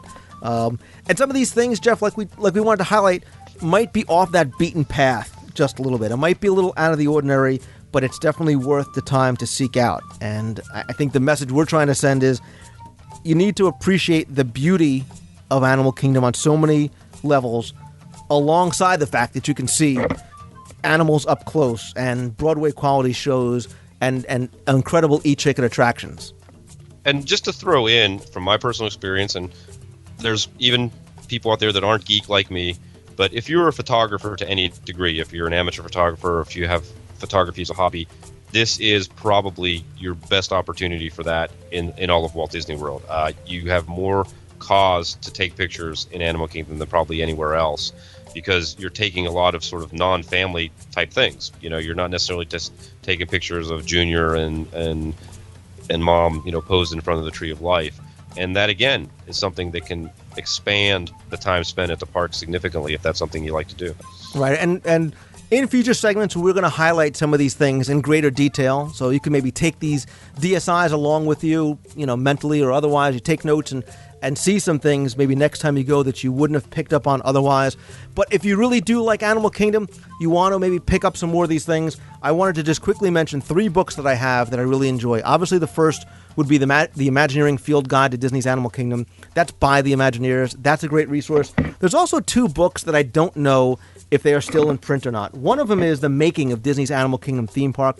That's by Melody Malmberg. That's a hardcover book that runs about $25. I'm not sure that's in print anymore. And if you love the animals and you love the landscape and the plants, there's a book called The Field Guide to Disney's Animal Kingdom Theme Park that helps you identify more than 200 animals and 200 plants throughout the parks. Again, I'm not sure if this is still available in the parks or not, but if you can pick that up, it really is something that you can take with you to learn more. So, Jeff, as always, thank you very much for taking just a few minutes of our time to really explore Animal Kingdom with me. Yeah, Lou, we rush through these things so quickly. We need to take our time and really talk more about these things when we have the opportunity. But always a pleasure. Thank you.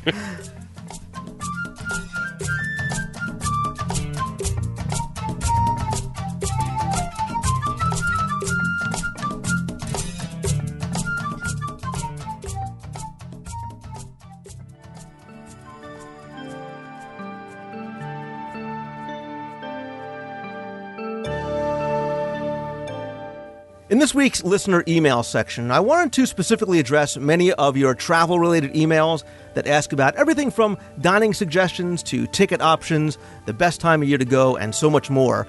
And what I wanted to do was bring in someone that I wanted to introduce you to, and really somebody who's going to become our sort of resident travel expert here on the show. She is Becky Mankin. She's the owner of Mouse Fan Travel. They are, as you know, my recommended travel provider and who I personally use for all of my Disney vacations. So what I wanted to do is have Becky, and in the future I'm going to have some other members of her team, come on the show from time to time as my, like I said, resident travel experts to address some of your emails with me, as well as maybe do a new segment that we're going to call Walt Disney World Travel Tips, where we can cover some helpful hints to really make the most out of your vacation. So for the first time of hopefully many, Becky, I want to welcome you to the WDW radio show. Well, thank you, Lou. It's great to be here. Before we get started in the emails, like I said, I wanted to kind of introduce everybody to you and the company a little bit. So can you tell us a little bit about you and Mouse Fan Travel? Sure. I have been actually a vacation planner or in the vacation planning business for almost, believe it or not, 10 long years. Have been very passionate about travel since I was a child. As a matter of fact, my passion for travel actually began with my love of Disney and all things Disney. So, of course, I became very attached to Disney destinations as a small child. My dad took me to Disneyland for my 7th birthday, and I haven't looked back since. Have been working with MEI Travel, has been around for about 10 years, but the Mouse Fan Travel part has been a company now we're going on our 3rd birthday. It's amazing that the time has gone by so fast. The company is an authorized Disney vacation planner, and we have about 50 affiliates now located across the United States. The company is, of course, fully licensed, is a seller of travel, and we're insured. And one thing of special note is that we don't have any agency fees, which is one of those things that we should ask, or you should ask if you're working with a vacation planner, just to make sure that you know what you're getting into. We are a little bit more about the background from a detail standpoint. We're also members of the major travel organizations like CLIA and ASTA, which is the American Society of Travel Agents. One of the things that many of the consumer people recommend that you work with agencies who are members of ASTA. It just means that we have agreed to uphold to certain service standards, which we truly believe in. One of the things about our company is that we know it's kind of cliche to always talk about service, quote unquote. A lot of people say, yeah, it's really the service that makes us stand apart. But for us, it really is that. The service level is so important to us. And we like to treat our clients like they're our family. So we're planning trips for ourselves or for our family. And we strive to ensure that the magical experience begins with us. Well, as you were talking about that and talking about the associations and insurance, obviously that's very important.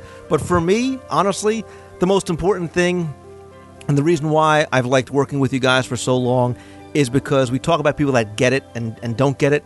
You guys get it. Like, you're a fan. Like, you're a fan first, and so are your agents, and it comes through. Actually, you are, and I saw this actually online, you're not just an agent, you're like a super agent.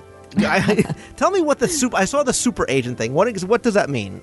Well, it was an honor. A few years ago, I think it was in the end of 2004 for 2005, I was named by Travel and Leisure magazine as the A-list super agent for Disney destinations in the nation. It was quite an honor to receive that, and you're so correct about the people who get it, and we are fans first. As a matter of fact, like I said, the whole love for travel for me started as a little girl, and thankfully I found a husband who kind of believed in the same Disney dreams as I do.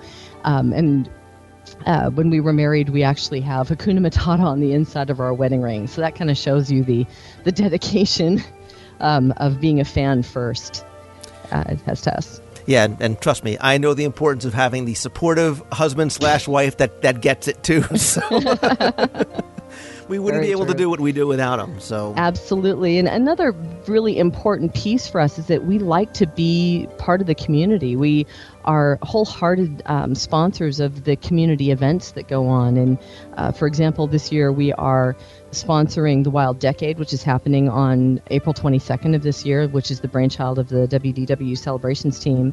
Obviously, there's Magic Meets, which is, this will be our 3rd year attending for Magic Meets.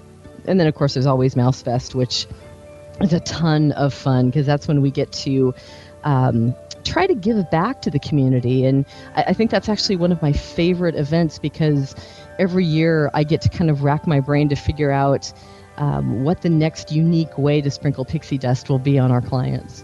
Yeah, and that's something, too, that always impressed me about you guys, that you are able to, in a lot of different ways, bring some sort of special things to creating somebody's vacation. It's not just about booking a hotel and taking care of those details. There's little things that you do that kind of surprise people, and I've been surprised as a client in the past before, so that's why I'm excited about the things that we'll be able to do together moving on in the future. Oh, absolutely. And we do kind of specialize in those little hidden gems and those special things that you can do that aren't just showing up and going on a ride and going home. So I'm hoping to be able to help create some magic. Cool. Well, let's go ahead and let's start getting right into the emails. And I'm going to give you trial by fire with the first one, because to me, there's nothing more important about Walt Disney World than food. So I'm going to hit you with a food question first, and we'll see how you do and see if you pass muster. Uh-oh. The first email comes from John Thomas Cloys in Georgia. He says, Lou, love the show. Keep up the good work. I wanted to ask you if you had any suggestions on good restaurants to go to at Disney besides Coral Reef, Rainforest Cafe, Le Cellier, and Cinderella's Royal Table. My family just doesn't know where to pick. I have a baby sister and a 5-year-old sister, so it would be better if it was a more family-oriented place. Thanks again, Thomas. All right, Becky, people have heard me ad nauseum talk about my restaurants. Of course, I'm probably going to interrupt you and chime in. Anyway, tell me what some of your super agent references restaurants are that you really enjoy for families. That is so going to come back to bite me, I can just tell. Well, I can't get the mental picture out of my mind of you with the big S on your chest, but nevertheless, go ahead. Well, let's see. They specifically talk about the baby sister and the 5-year-old sister. And of course, dining is a really personal thing. And for me, for families, personally, I love characters. So naturally, for families, I tend to gravitate to places like Chef Mickey's, because of course you've got the buffet, so you can choose from several choices in front of you, and then the characters that you've grown to know and love and that the children recognize are all part of the action. And then you can look up and the monorail goes through the middle of the Contemporary, so it just has that whole Disney magic flavor for me. And then of course are the places that the characters are actually the servers, and the servers are characters in their own right, like Whispering Canyon at the Wilderness Lodge, or even for families, a lot of good feedback has come from the Primetime Cafe over at Hollywood Studios, because of course all kids like to see mom and dad get yelled at for not eating their green beans. And you're 3 for 3, so keep going. Those are probably my top 3 picks that I can think of right off the top, just for comparison's sake. What are your thoughts? Whispering Canyon, when you talk about kids and fun places to go, obviously Chef Mickey's for breakfast came to mind. I think Whispering Canyon over at Wilderness Lodge is a great choice that a lot of people don't necessarily think about, because it's sort of off the beaten path to get to. But you want to talk about a place that kids are not only allowed to, but encouraged to run around and yell and scream and hoot and holler and do everything else. Whispering Canyon. If you have kids, jacked up on sugar and caffeine, Whispering Canyon is a place to go. Inside, I'm sorry, go ahead. I was going to say, another thought on that, where you're talking about maybe having too much sugar injected earlier in the day, Ohana is also another good option for the families with the young kids, because of course nothing like getting that broomstick out and driving that ball around the track to tire some kids out. Right. And lest we forget, there's actually very good food at all these restaurants as well. It's not just a place for the kids to go. That's why these restaurants are so popular. Staying inside the parks, like you said, 50s prime time, even sci-fi dine-in, something a little bit more casual, but again, something that the kids might get a kick out of. Tep and Edo, I think, in Epcot, especially World Showcase, sometimes it's tough to find something that kids might like. I think Tep and Edo is sort of a show mixed in with a dining experience, so that might hold their attention more. Crystal Palace inside the Magic Kingdom is a great character meal. Right. I know that a lot of families also kind of gravitate towards Coral Reef as well. I know a lot of people don't think of it as a family restaurant per se, but being able to watch the aquarium and watch the fish does tend to have its own flavor of entertainment. Oh, that'll keep my son Nicholas occupied for weeks on end. I could leave him in front of the aquarium tank and he'd be fine. Of course, and then there's nothing like exiting and hearing mine. Note to Division of Youth and Family Services, I would not and have not left my son in the parks to look at fish while we've gone around on our own, just to be clear. But the other quick thing I wanted to mention too, a nice character meal that's, again, a little bit out of the way. Sometimes you get a little bit more character interaction time. Is Cape May Cafe for breakfast over at the Yacht and Beach Club. And finally, I think the only place just to mention would be over in Disney's Animal Kingdom. I think Rainforest Cafe or Yak and Yeti, I think kids would enjoy as well. But, like I said, we've given you probably a laundry list that you couldn't exhaust in a week of staying there. So any one of those choices would be good options for you. But let's move on to the next email. It comes from Dean in Connecticut, who said, Lou, my wife and I are taking a trip back to Walt Disney World for our 5th wedding anniversary. We got married there in 2003 at the Wedding Pavilion and have been back many times since, including running the half marathon in 2008. I'm sure you passed me very early on. Anyway, I'm looking to plan something special and unique for our anniversary. Can you recommend a place to take a hot air balloon ride or some other type of unique experience? Love the show. Can't wait to hear what you might have in mind. Thanks, Dean in Connecticut. Becky, good. Why don't you talk about, and this is, maybe where you can, show your super agentness. I'm sorry, I'm going to beat that to death. Tell us about some of those really unique experiences. Oh, the wonderful thing about Disney World is there are so many things that you can do that are special and unique. Of course, it's driven by budget. So it goes from the gamut of taking a romantic carriage ride at Fort Wilderness all the way to a special viewing of Illuminations where it's just the two of you, or a small circle of friends that you can put together, or viewing Wishes from the private yacht, the Grand One, which I was so thrilled. I had a bunch of friends that actually surprised me with that for my birthday, which was wonderful. Worth all of the time. It was great. You do mention hot air balloon rides, Dean, and that's, while not something that they do for the general public at Disney World per se, there are a couple of companies that are in the Orlando area that do balloon rides right on the outskirts of, over by Celebration actually is the meet point. And while they don't guarantee that they'll go over the Disney area, you still do get to see the parks for most of the rides. And they do have a wonderful private sunrise flight that you can do just the two of you and the balloon operator. It includes breakfast and a champagne toast and photos. And I think that package, I'm guessing for the private thing, but it's a very romantic experience from what I understand. It is a sunrise timing, so you're looking at about 6 a.m. for your meet time, if my memory serves correctly, but it's about a 3 or 4 hour scenario. So that is a wonderful idea if that's something that appeals to you. Yeah, I've never had a chance to do it. I've actually spoken to people that have. They just said it was one of those, you want to talk about a breathtaking, memorable experience. And you're right. While we can't recommend anybody because we haven't done it personally, the rates that I was able to find online were about in that same thing. You're looking at probably anywhere from $400 to $600 per person, depending if you go weekdays, weekends, and I'm sure if you look online, you can find a number of companies. But I would maybe try and look maybe at some of the other message forums, see if anybody else has used anybody, and tell you about what their experiences are. But if you want to do something in Walt Disney World, you hit Becky on a lot of things that I was talking about.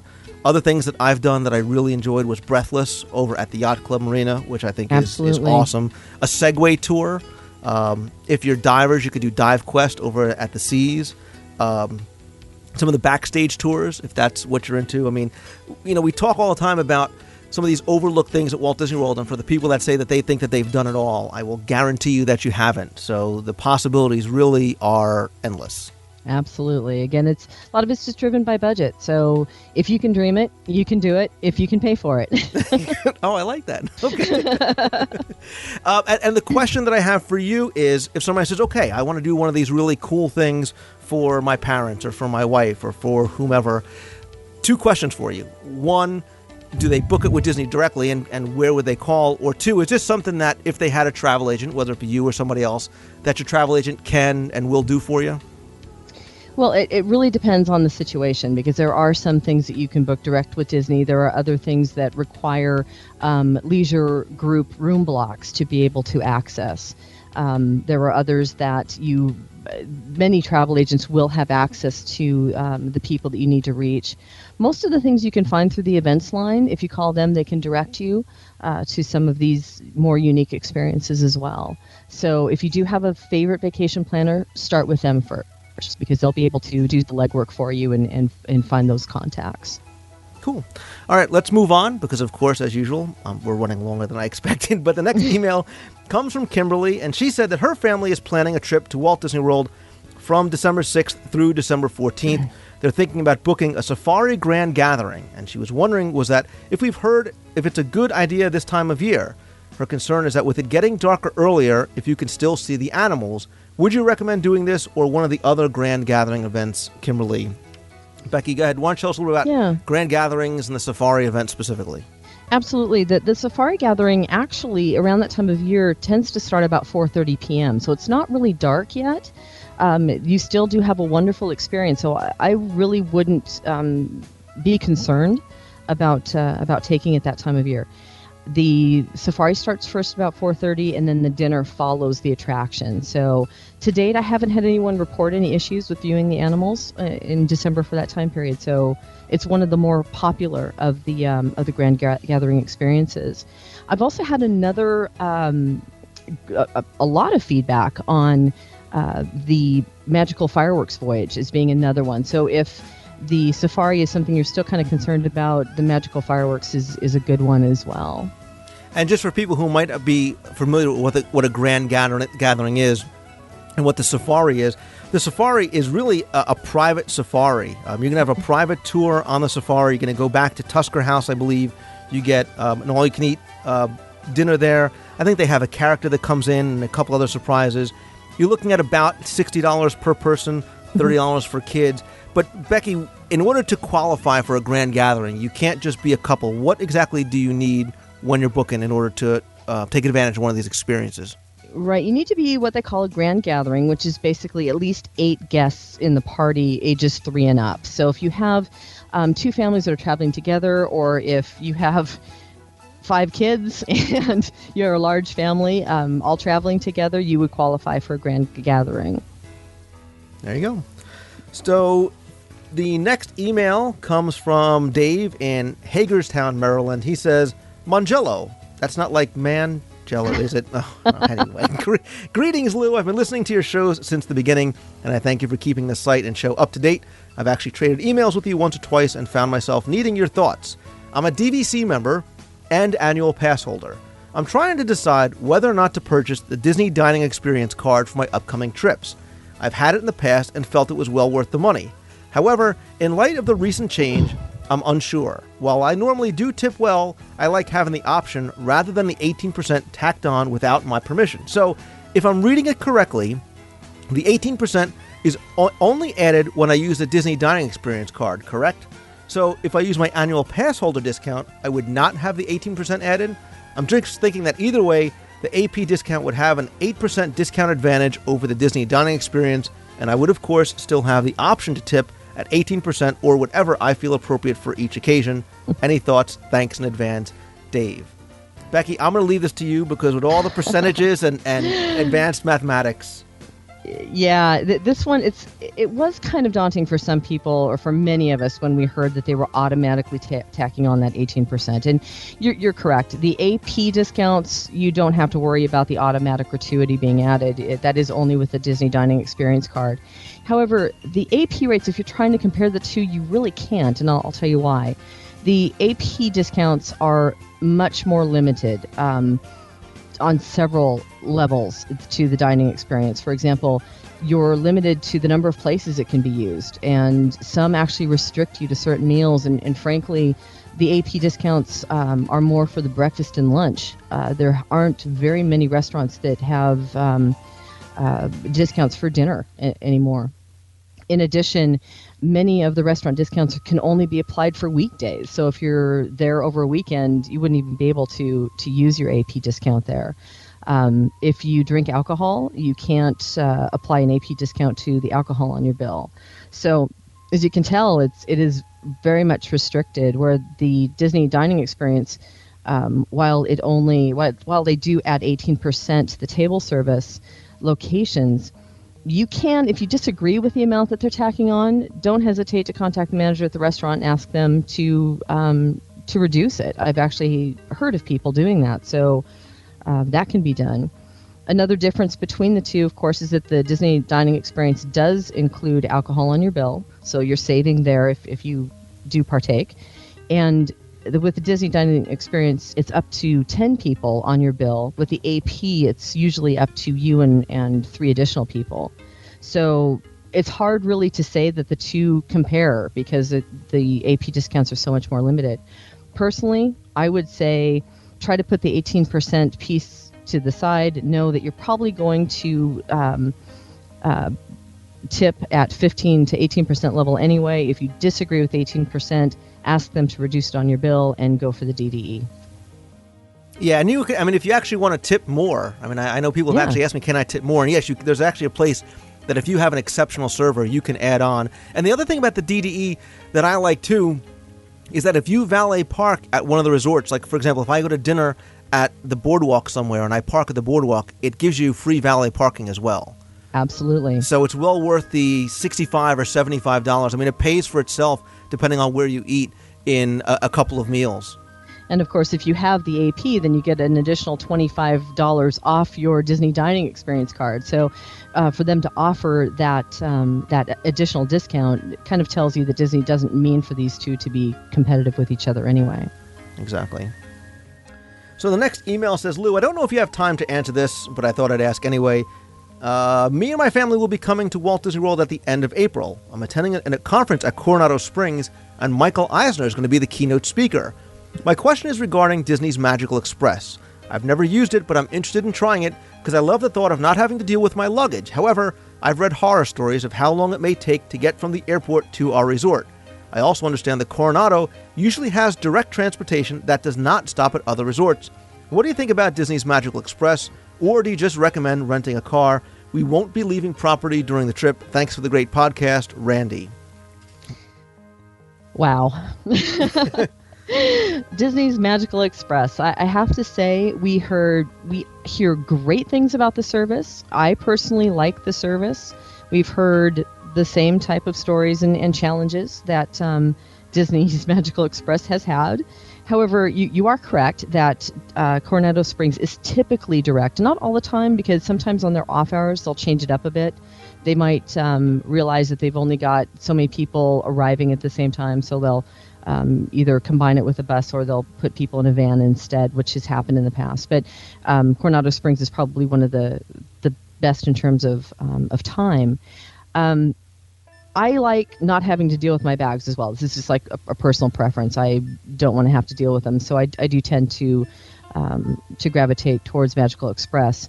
But I have to say, I have had some snags in time waiting at the airport for the bus to fill. You go through the lines and you get onto the bus and you wait, and there's like 5 of you there, and you don't know how long you're going to have to wait. There have been times where I've waited 30 minutes for the bus to depart as it filled, and there's been other times where it left within 5 minutes, and there's been a time where it was just me on the bus. So, but another thing to keep in mind with the car rental is that you still have delays. You'll have delays at the counter, and then you have to deal with your luggage, as you mentioned, and then you also have to deal with toll booths on the way to Disney World. So both of them have their pros and cons.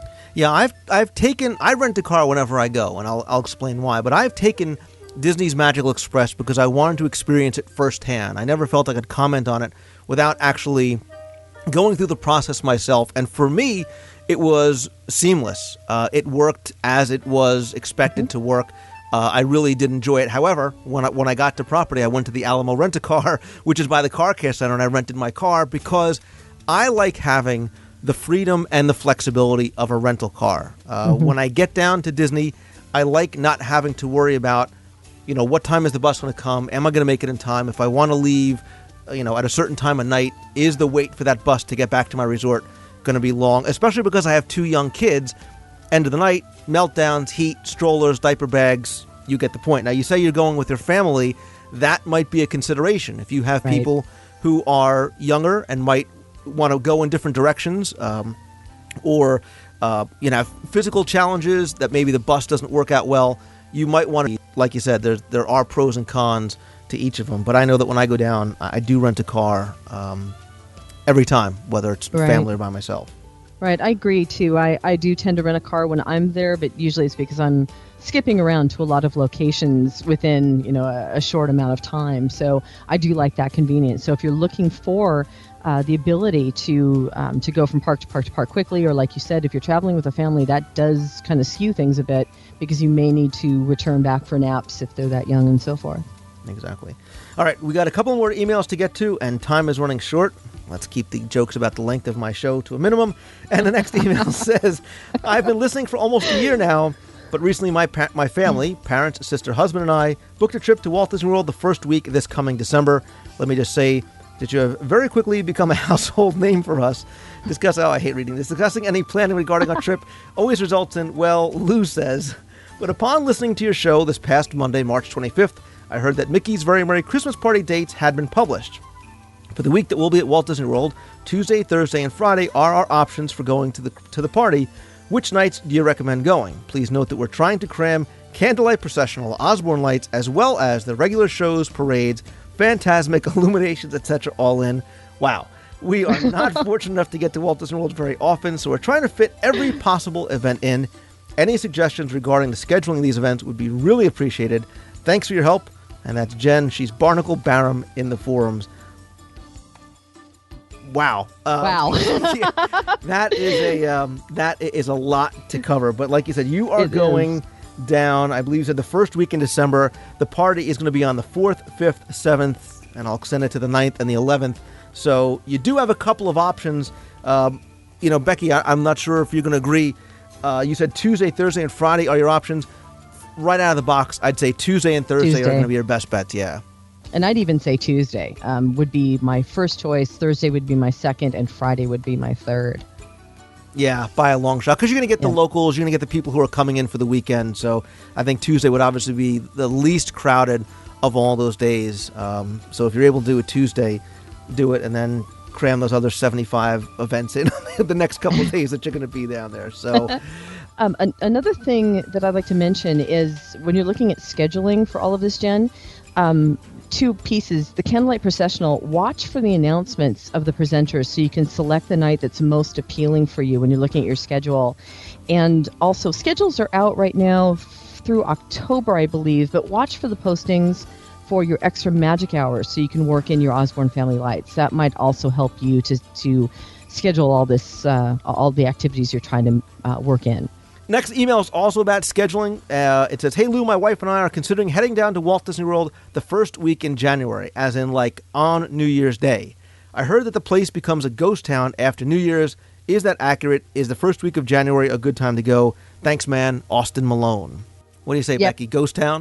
Well, I wouldn't say ghost town anymore with Disney. Ghost town, I have not seen ghost town there for quite some time. However, historically, if you avoid the holiday and the weekend right after it, those are going to be the highest crowd times. Or if you go there knowing to expect that, you should be good. However, that following week, the second week of January, you're going to be really good. You'll be in good shape. Historically, the crowds are low during that period.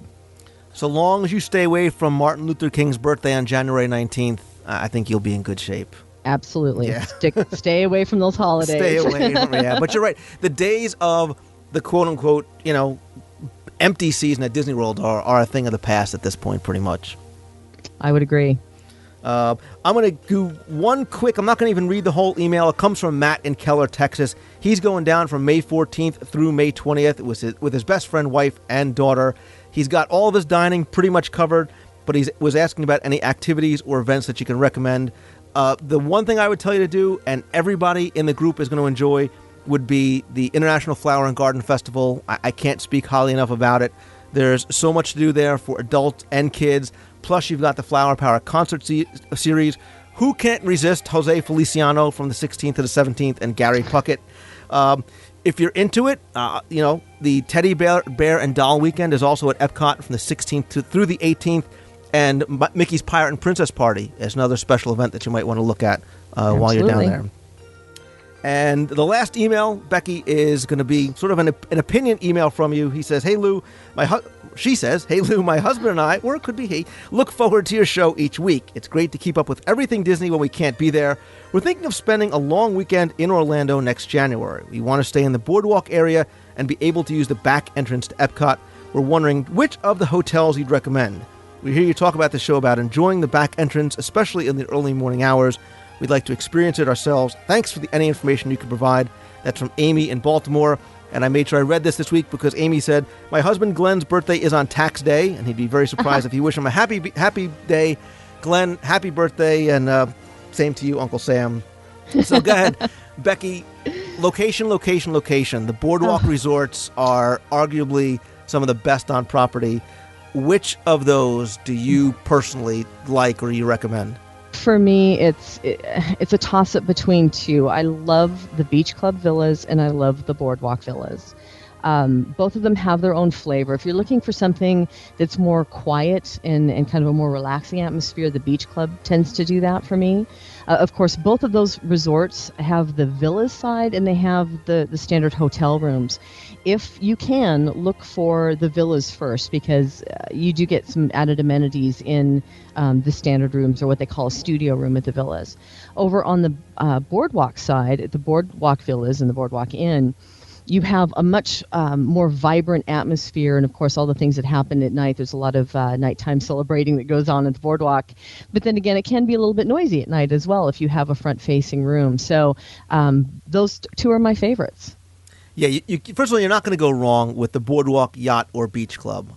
I like both of them. If I had to choose one over the other, it would have to be beach club. I think beach club just has everything going for it, from the theming and the ambiance to the dining to Stormalong Bay, which we've talked about at length, is really a mini water park in and of itself. You've got the views of the lake. You've got the views of the boardwalk, which you can obviously walk to at night. It's just spectacular. There's all kinds of special events. They show movies on the beach. The marina is right there. You're in walking distance to the International Gateway. I could go on and on and on. But again, depending on what you like, again, you're not going to go wrong with either of those choices. So. And don't forget beaches and cream. Well, yes. It's all about the food, Lou. It's all about the food. Forget the food. It's all about and I'm not an ice cream guy, but you give me a No Way Jose, and I'm good to go. That's what got me through the 2008 half marathon, was on No Way Jose the day before. So there you go. But that is actually all the time we have this week. I want to thank you, Becky Mankin, and of course welcome you onto the show. I look forward to having you and some of the other people on your team come back, help me out with some of these emails, as well as some travel tips in the future. For more information, you can visit our show notes page. You can also go to Mouse Fan Travel. There you can get a free, no obligation quote. Or if you have a question about something, Becky or her team of agents would be happy to help you out. Becky, thank you again. Thank you, Lou. It's been a pleasure, and I'm looking forward to being part of your community.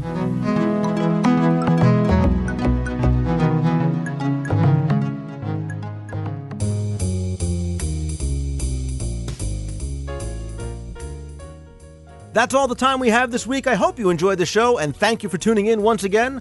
I also want to say thanks to my special guests, Kara Goldsberry. You can visit her website at luxurydisneyguide.com. And Becky Mankin from Mouse Fan Travel. You can visit them at mousefantravel.com for a free, no obligation quote, or if you have any questions about your next Walt Disney World vacation. And of course, Jeff Pepper from 2719hyperion.com. If you want to be on the air and have a segment suggestion or a question, you can email me at lou@wdwradio.com, or you can call the voicemail at 206-202-4WDW. That's 206-202-4939. Also, to discuss anything you heard on the show, you can go over to the WDWradio.com message forums at DisneyWorldTrivia.com. On our show notes page, as always, I'm going to have more information and links to stuff I covered on this week's show, as well as some recommended products and services like Owner's Locker, where you can find out more at ownerslocker.com, Attractions Magazine for the latest issue of the magazine covering all of the Orlando-related theme park attractions, Orlando Fun Tickets for authorized and discounted official tickets to Walt Disney World, and Mouse Fan Travel. On the site, you can also order your official WDW Radio Show t-shirts and other merchandise, and you can also link on over to DisneyWorldTrivia.com for news, articles, trivia, my blog, the forums, and so much more. And there you can also order your audio guide to Walt Disney World, as well as both copies of my Walt Disney World trivia books. As I said, April 22nd is going to mark Disney Animal Kingdom's 10th anniversary. I will be in the park covering the event and also be attending the Wild Decade fan event that day as well. I will be recording segments live for next week's show throughout the day. So if you are going to be there and at the Wild Decade event, be sure to come by and say hello. Also be sure to stay tuned next week for full coverage of the Animal Kingdom 10th anniversary and maybe a few surprises. And if you like the show, please, as always, help spread the word. Let others know about it. Thanks again for tuning in. Have a great week. See ya. Hi, Lou. My name is Mike. I just want to call in and say I love your show. I especially liked the show where you had Carrie Schoen on talking about the Disney Vacation Club and the Year of a Million Dreams. I just wanted to let you know that I was the one she mentioned that won through the mail. My fiance and I, Jessica, were lucky enough to be picked after sending in postcards, and it was absolutely our dream to come true. Keep up the great work, and thanks. Bye.